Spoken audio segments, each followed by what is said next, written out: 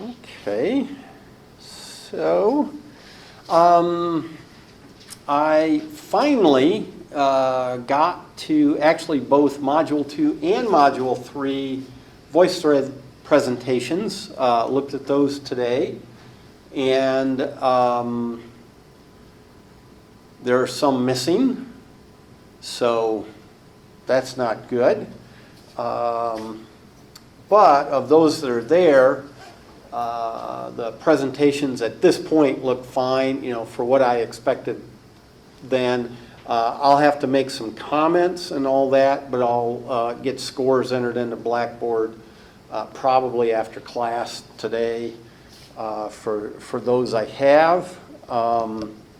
What I especially liked were the comments.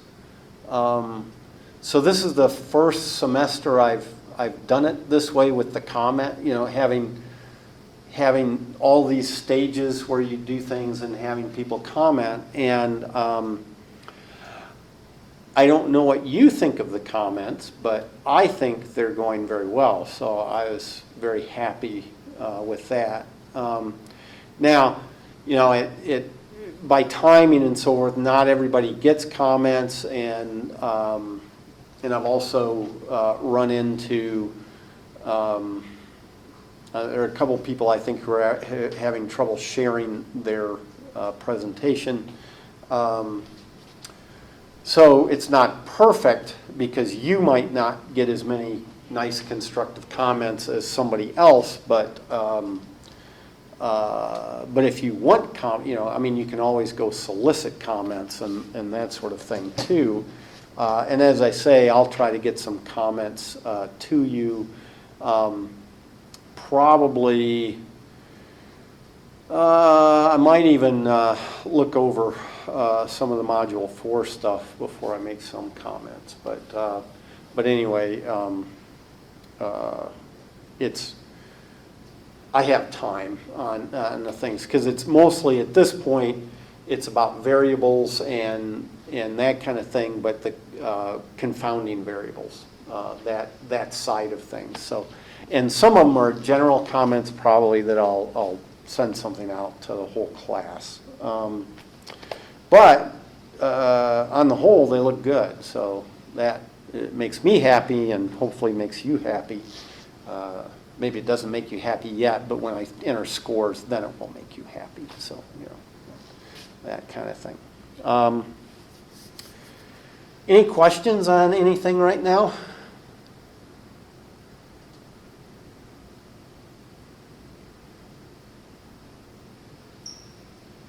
No. Okay, so,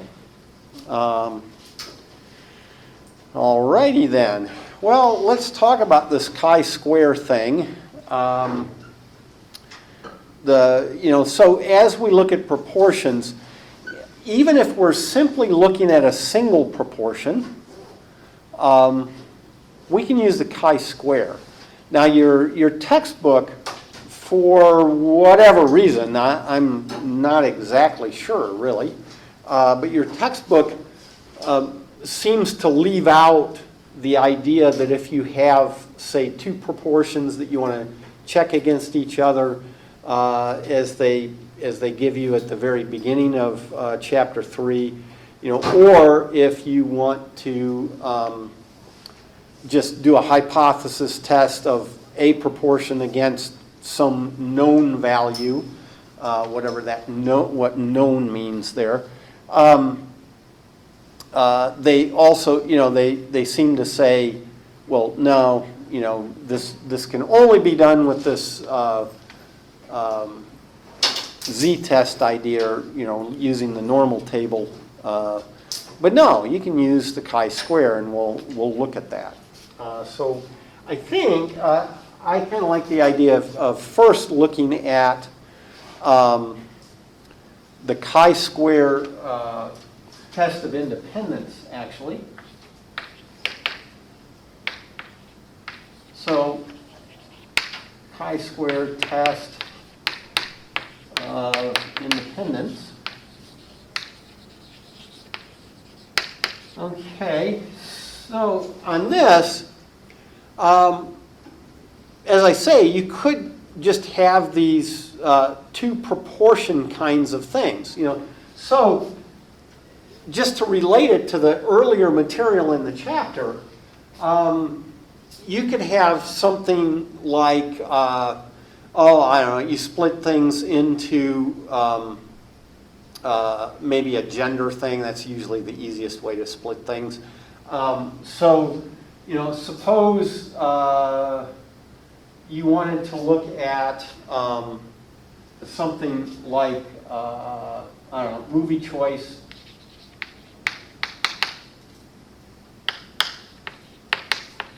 And, let's go with comedy or drama.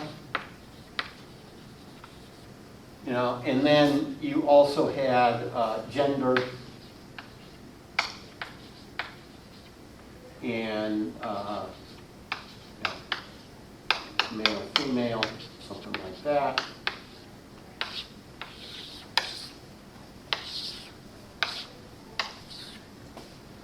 And I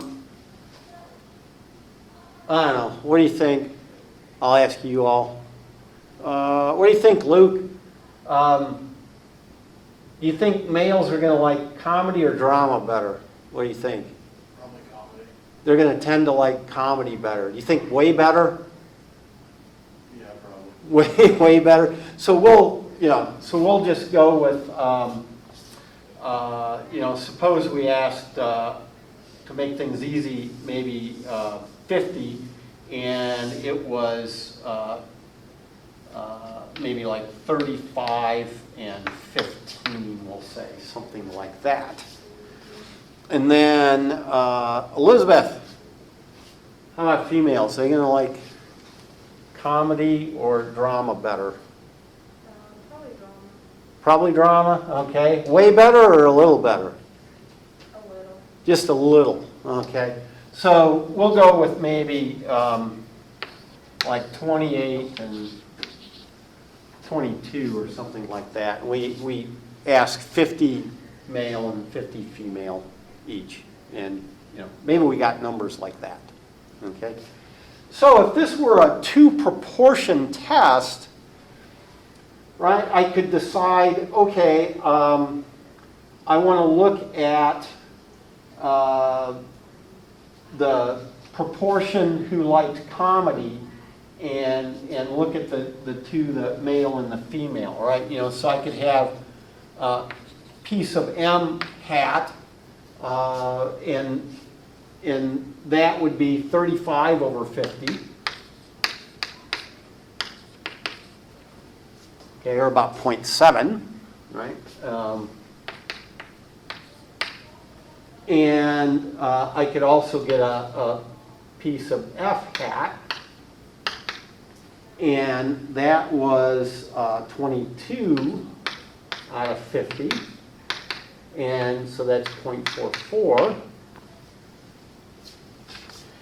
And then, I could run that two proportion test using the z-value, where what I do is I take my the difference of the two, and so that's 0.7 minus 0.44, so that's 0.26, right? Yes, 26, right? And my hypothesis test is, H0 is that PM minus PF, the actual ones, are equal to 0. Okay, there is no difference. And HA would be there is a difference. So PM minus PF is not equal to 0. So the early part of the text would tell us how to do this. Okay, early part of chapter 3. And I didn't get to that last week, looking at that.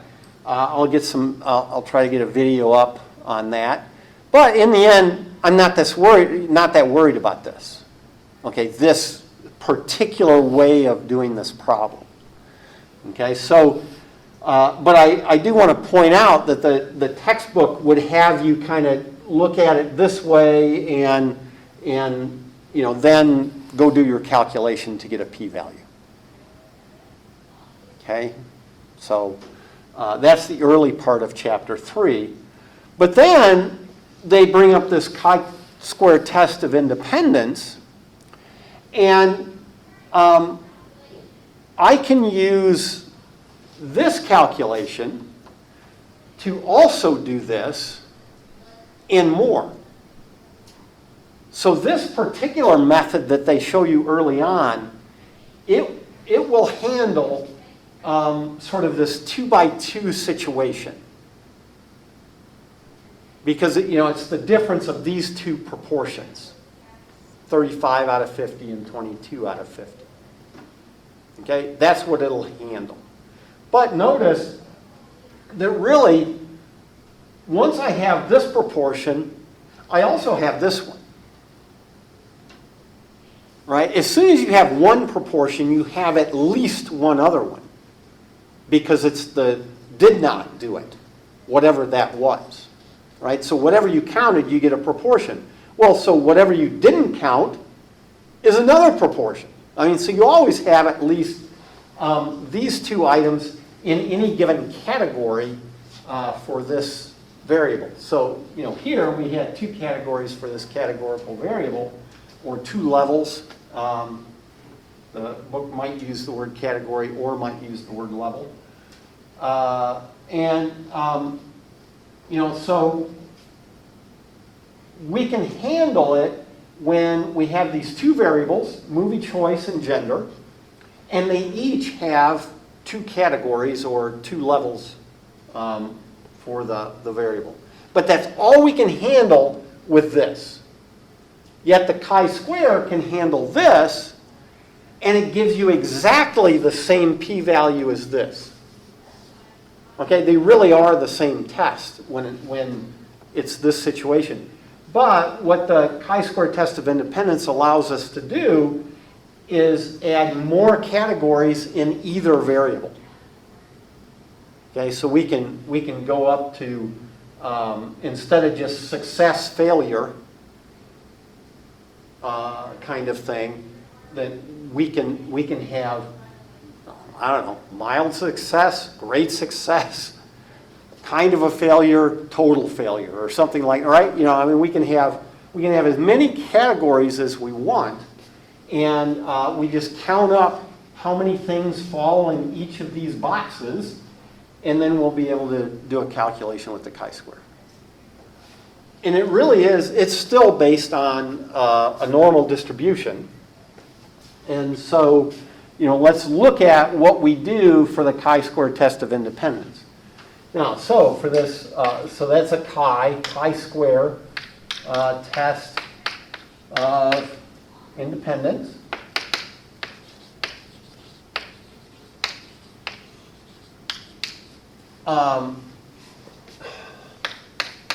Our null hypothesis. Now, you can say this null hypothesis in lots of different ways. A very succinct way, since we have two variables as we look at this in our class. Now, as in the project points out, you can actually keep going instead of just two variables where I have a grid, a table here of one variable going down this way and one this way. Well, I could go to three variables, in which case you're actually, if you think of a Rubik's Cube, you're filling numbers in each of those cubes, including on the inside and so forth. That would be three variables. So it starts getting kind of hard to keep track of things. And you can even go to 4 variables or 5 variables, but now you get into, a 4-dimensional cube or a 5-dimensional, it just gets difficult to keep track of stuff. So for us, what we're going to do, we're going to look at, how, analyzing just two variables. That's pretty much in this class, we just stick to two variables, all except right at the end. And, but then the idea is it just carries on to more variables. And if you really have to do it, and you have the software technology available, pretty much you just need to make sure your data go in correctly, and then it will do all the nasty work for you. So, okay. So here, we look at this. Our null hypothesis could simply be that our two variables of interest are two variables are independent.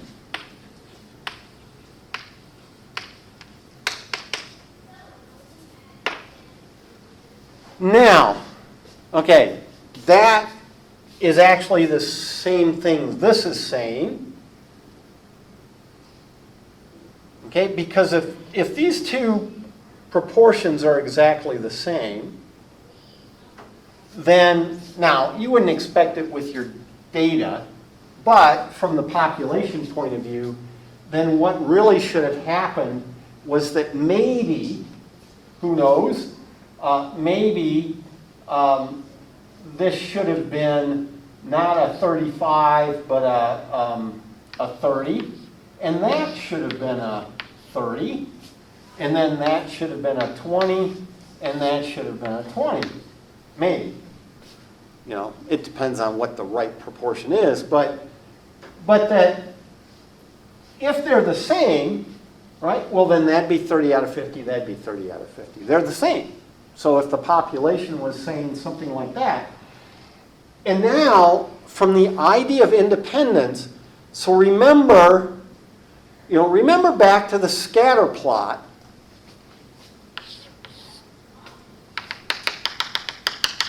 If I just have a cloud of points between variable x and variable y,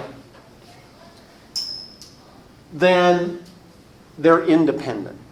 I can't really predict one from the other, right? If I know I'm here on x, well, I predict something between there and there for y. But if I'm here on x, well, I'd still predict something between there and there for y. Right? My prediction doesn't change. Now, when you go to a table like this, in essence, all you're really doing is starting with these dots and thinking of counting up how many dots are in each quadrant there.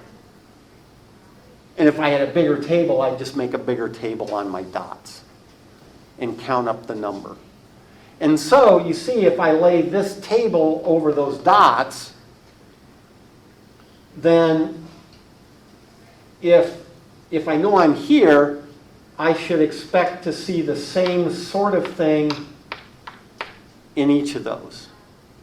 And if I know I'm here, I should see, the same sort of thing in each of those, like the 20 and the 20.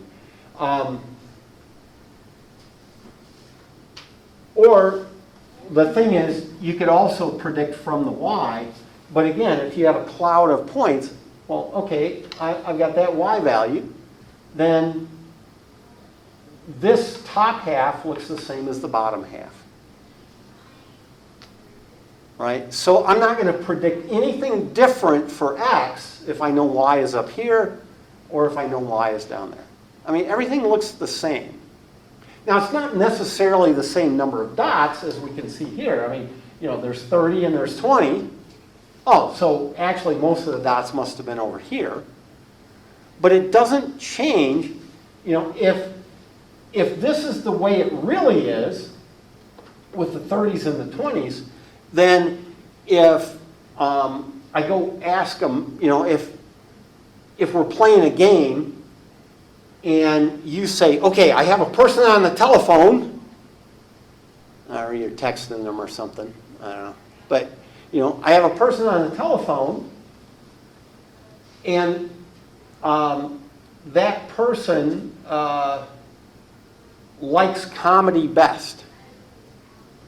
Well, according to these numbers, I'm not going to have any better idea, you know, should I predict male or female?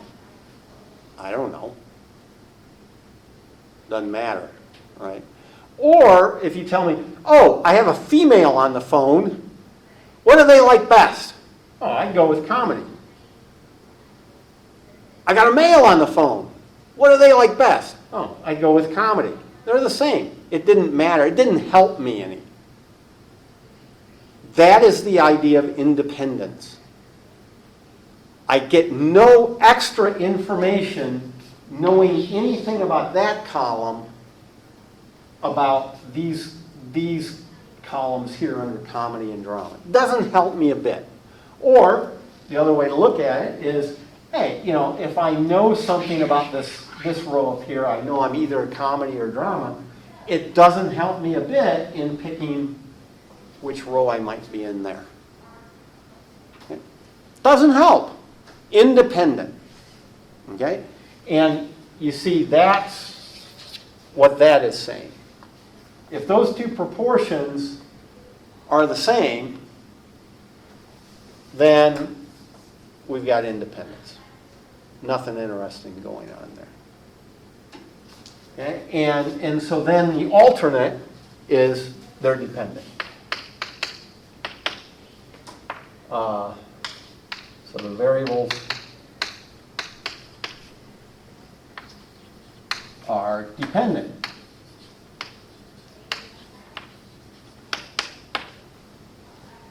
That's a good way to look at it, given this is called the chi-squared test of independence. Okay, but another way to look at it is simply looking at the rows. You know, do I think, say, this row is any different from that row? And originally, right, when we had those other numbers in there, the 35, 15, 22, 28, you know, I look at it and go, yeah, I think they kind of are. I think they are different. Okay, you know, because here, as I look at those numbers, oh, I think there is a dependency, right? Because if you said the person I'm talking to prefers drama, oh, I'm going to guess female. And if you tell me the person you're talking to prefers comedy, I'm going to guess male. Ah, knowing their preference here changed my prediction. Dependency. Okay, so, you know, this statement here is the same thing as this. And then the alternative is the alternative. Okay, so that's our hypothesis. And again, you could look at it as just, do I think, you know, any one of these given rows here is different from the others? Now, there are only two, but again, I could have 5 rows or whatever. So do I think there's any difference in the rows? You know, or is there any difference in the columns? It really doesn't matter. It's symmetric in that way. If there's a difference in the rows, there must have been a difference somewhere in the columns. All right, so now I'm going to get rid of this and go ahead and work with this table here. So as you look at that, we have 50 and 50 that way, and that's 100. And we have 57 and 43 this way for our totals.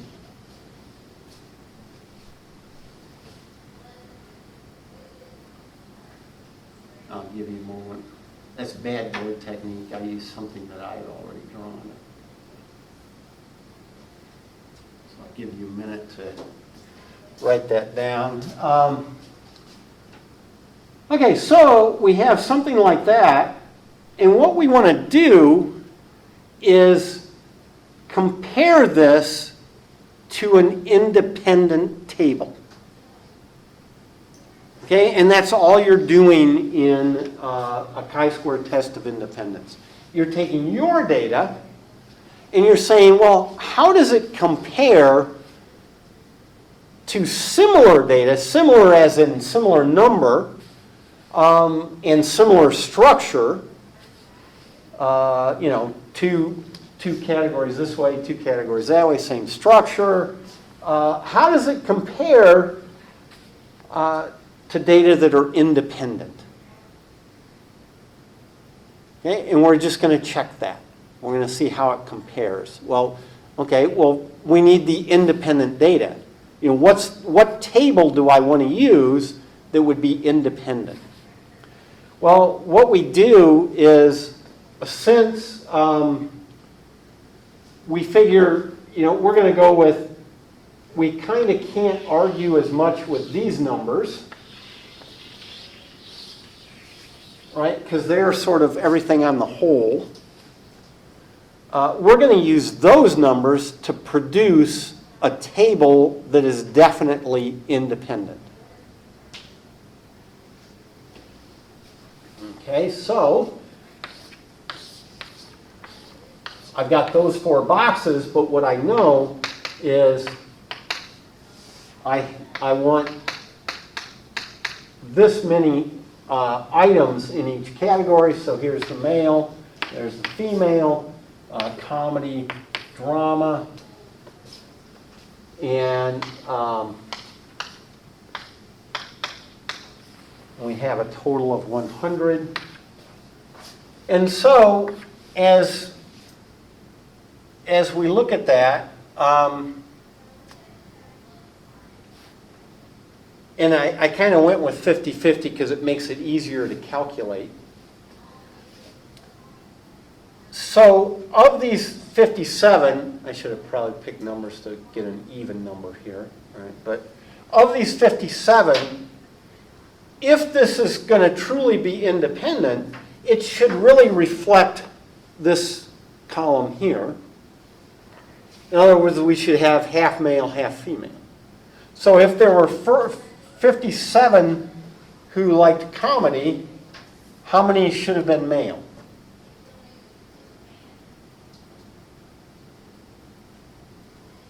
What proportion should have been male?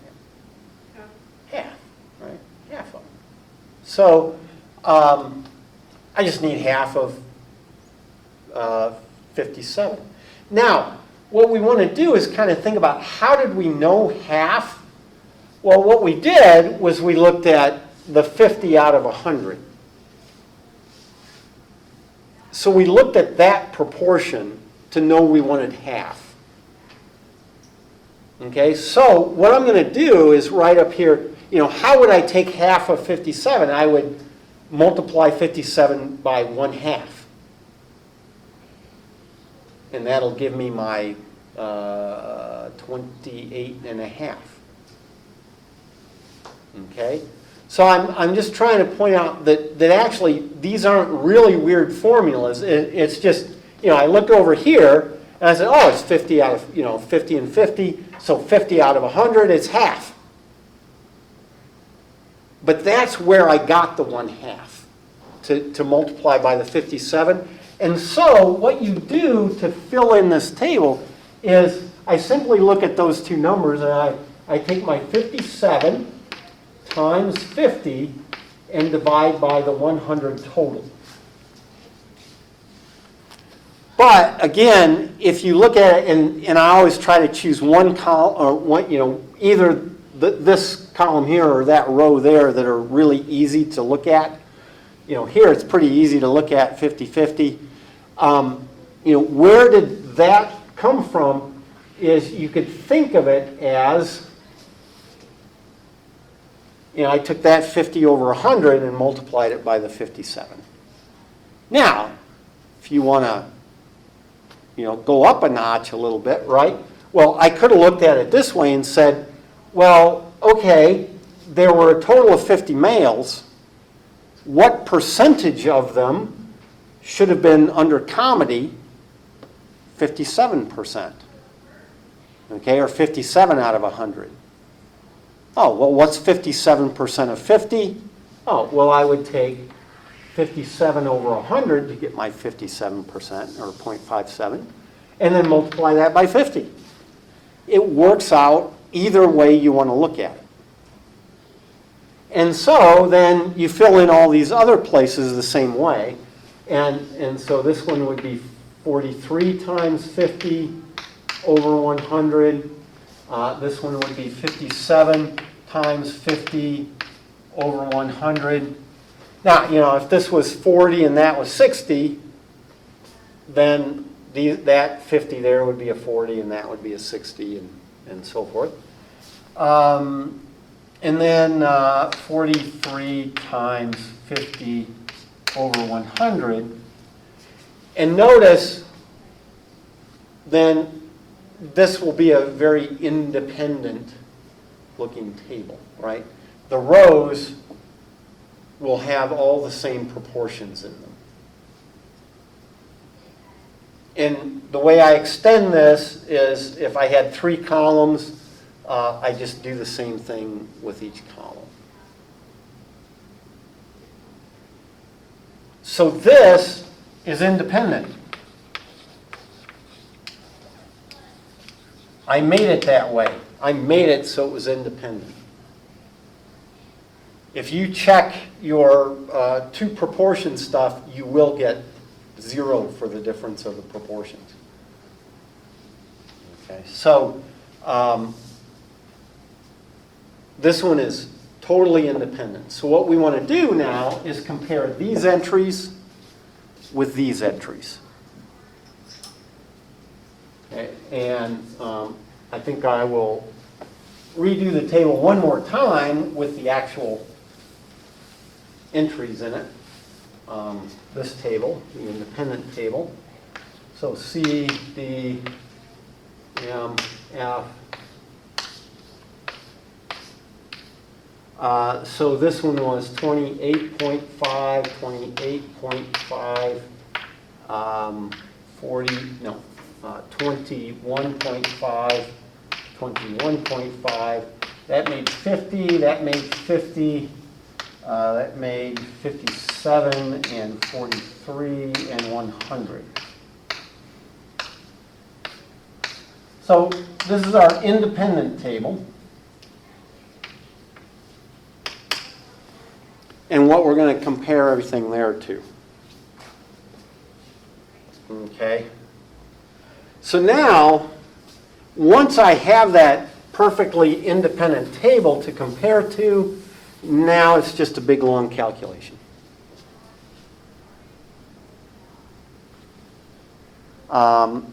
I hope to get a video, although I was looking at it today really quickly and I got a little homework myself to do. Because when we do this, actually, we're just working with in a way, we're starting with a bunch of normally distributed variables, and then we're squaring them. That's the chi-square part.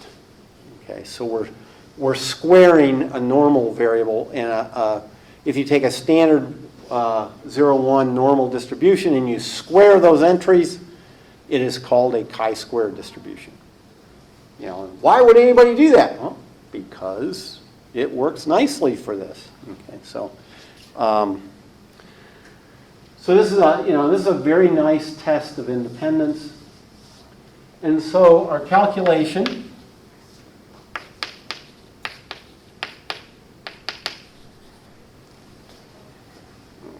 we're going to come up with our chi-square number, our chi-square value.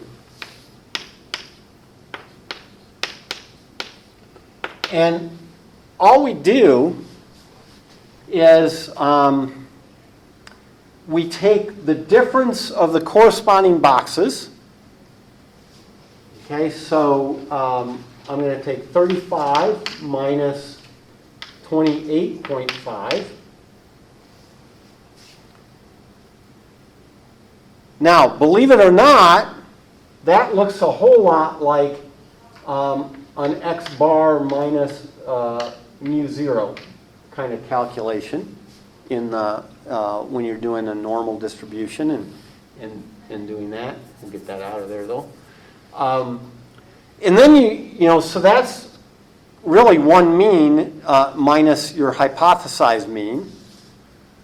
Again, because proportions are basically means, and well, these are just n times a proportion and n times a proportion. So, so that's kind of that difference of two proportions or difference of two means or whatever. Then we have to divide by the standard error. Well, here's the part that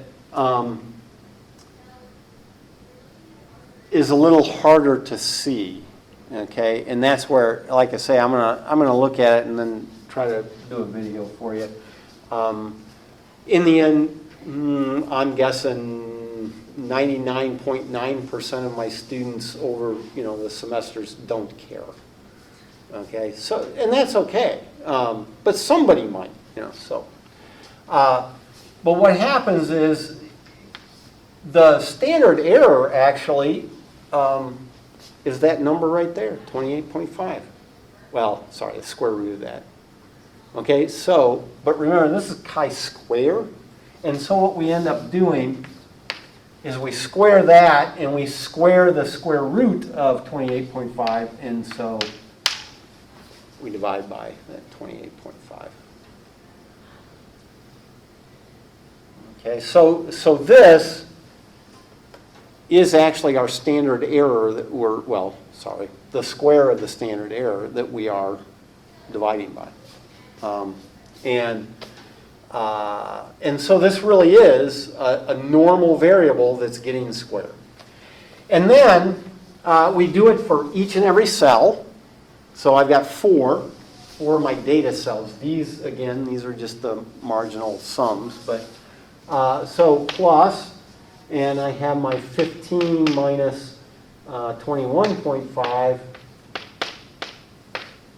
squared over 21.5 plus 22 minus 28.5 squared over 28.5 plus, what do I have left? 28 minus 21.5 squared over 21.5. So that's our chi-square value, and we look that up to get we look that up with a chi-square distribution and a number of degrees of freedom, and that's how we get our p-value. So let me try that with the template. Okay, so here is, I believe, the template that you are making. And there, notice the null hypothesis up there says each row's columns can be interchangeable. You could say columns instead of rows. Relative frequencies are the same as every other rows or columns. Okay, so that's one way to say it. Another way to say it is, oh, everything's independent. The two variables are independent. Okay. And then at least one row is different from the other rows. Could be all the rows are different. But so I'm just going to take these data, 35, the 15. So I'll go in here, get rid of that, and type in my 35 and 15 and 22. Wait, 22. Yeah. Okay. 22 and 28. So there's my data. And there you see are the 28.5 and 21.5. So it calculates the perfect independent table of the same size with the same number. And then it comes down here and calculates those values. So this, I guess, is 1.48, and I guess that is 2. Really? Oh, yeah, 6.5, 6.5 different. Yeah, so they are the same value. This is somewhere around the number you know, because this is 6.5, so 6.5 squared, 36 plus a little more, right? So somewhere around 40. And sure, that sounds like that might be about 1.48 or something.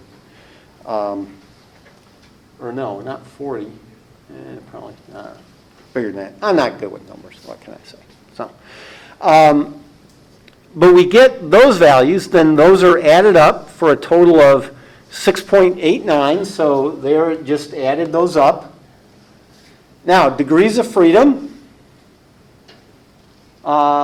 The way that works is for the chi-square, since kind of like the standard normal is one case of all normal distributions, well, the chi-square, the basic shape is the same, but again, it varies a little bit depending on how much data you have and so forth. And so we need to count up the degrees of freedom, and our degrees of freedom is always just n minus 1 times m minus 1, where n is the number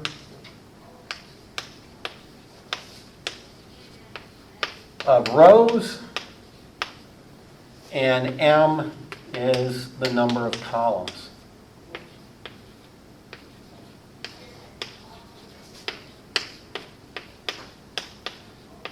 And again, if you don't like that, switch them. M is the number of rows, n is the number of columns. It doesn't matter, because you're doing the same thing with both, and multiplication I can do in either order. So, so in this case, because it was 2 by 2, well, I get 1 times 1, so I get 1 degree of freedom. And so that looks it up, and it ends up telling me my p-value is 0.00864. And so we like to put people on the spot. So Maria, what does that mean? Small p-value, do I go with the null hypothesis that they're independent, or the alternative that they're dependent? The null. But today is opposite day. The The alternate, yeah. So it's a small p-value, so we go with the alternate hypothesis. It's below 0.05. And so with this one, we have our alternate hypothesis.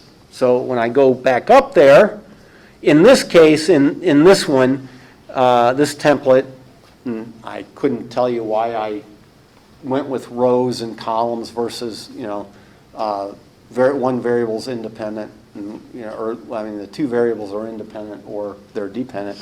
But this is the alternative, so at least one row or column is different from the others, and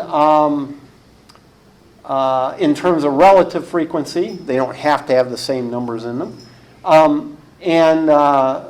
So that means another interpretation of that is that these two variables, at least the way we did them, are independent.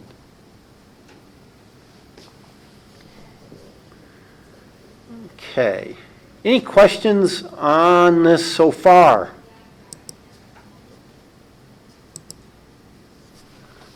Anything?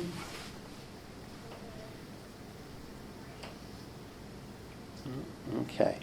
So really, the calculation isn't that big a deal. I mean, you could do this stuff by hand and then look it up in a table. But, I don't want to. So, and I think there's something to be said. I could probably look around and find some site that all we would have to do is put our data into it, and it would give us a p-value. Well, I think there is something to be said for at least going through a little bit of the calculation, at least enough to make a template, so we have some idea of what's going on. And in the end, the calculation itself, just not that big a deal. you know, a number of you want to be scientists and nurses and that kind of thing. Well, you know,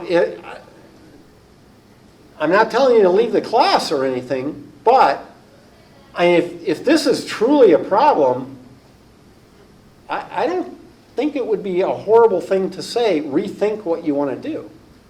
Okay, so, I mean, this really shouldn't look horrible to you, right? You know, I'm subtracting, I'm going to square it, I can do that on a calculator, and then I'm going to divide by a number, and I'm going to hopefully keep track. Now that's where I might mess up a calculator, you know, memory and all that, so I might be writing stuff down.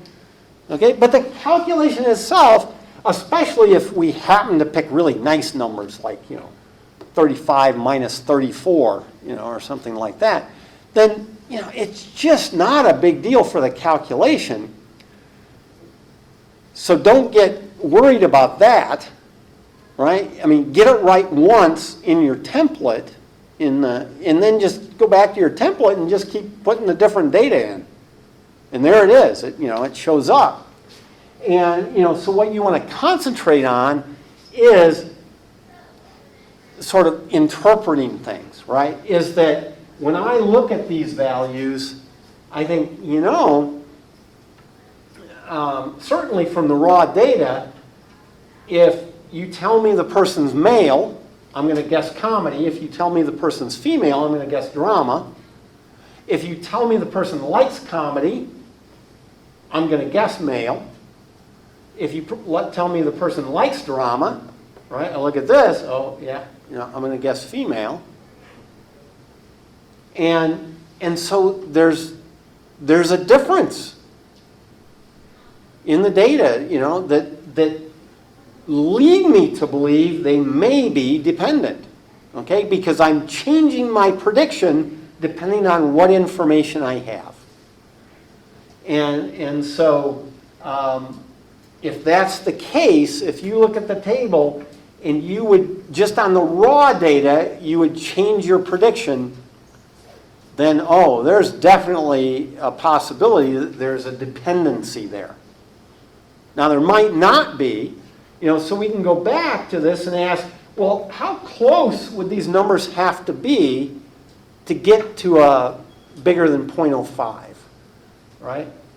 So we could leave the 22 and the 28 and ask, you know, okay, well, if I start changing these a little bit, right? You know, so let's try a 30 and a 20.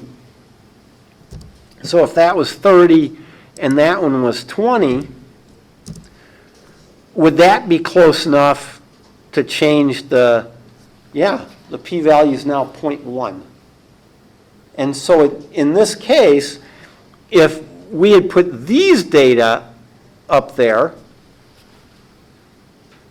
okay, 30 and 20 and 22 and 28, actually, in this case, I would have to still go with the null hypothesis, right? I don't have enough evidence to say they are dependent. Now, I'm not really saying they're independent of each other. Because, you know, you look at the data and you kind of go, wow, really?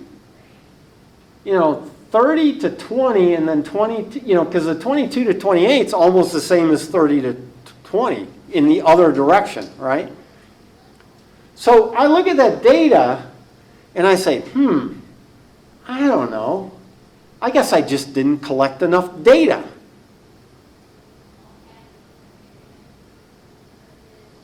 And to show you what I mean, let's say I had 10 times as many.